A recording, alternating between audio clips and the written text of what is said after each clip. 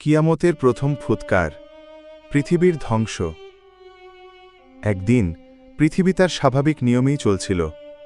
মানুষ ব্যবসা করছে, কেউ পরিবার নিয়ে আনন্দ করছে, কেউ ইবাদাতে মগ্ন। সবাই মনে করছে সবকিছু আগের মতোই থাকবে। কিন্তু হঠাৎ করে আল্লাহর আদেশে মালাকুল ইসরাফিল তার বিশাল সিংহা হাতে প্রস্তুত হয়ে দাঁড়ালেন। হঠাৎ এক ভয়াবহ শব্দ প্রতিধ্বনিত হল, প্রথম ফুৎকার।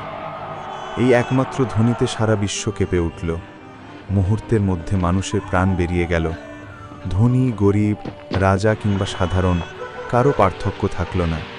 সবাই মৃত্যুবরণ করল। পৃথিবীর দৃশ্য বদলে গেল। বিশাল পর্বতগুলো গুড়িয়ে ধুলো হয়ে বাতাসে ছড়িয়ে গেল। সাগর সমুদ্র ফুটে উঠল আগুনের মতো ঢেউ আকাশ ছুঁতে লাগল। আকাশ ফেটে টুকরো টুকরো হয়ে গেল। তারকারা ছড়িয়ে পড়ল মহাশূন্যে।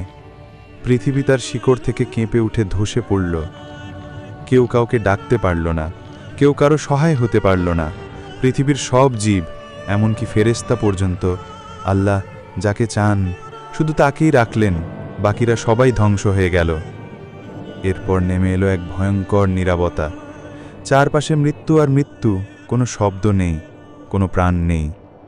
এক অদ্ভুত স্থবিরতা গ্রাস করল মহাবিশ্বকে।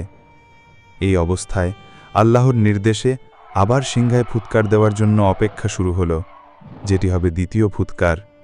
তখনই সবাইকে আবার জীবিত করা হবে। শুরু হবে হাসরের ময়দান এবং বিচার দিবসের ঘটনা।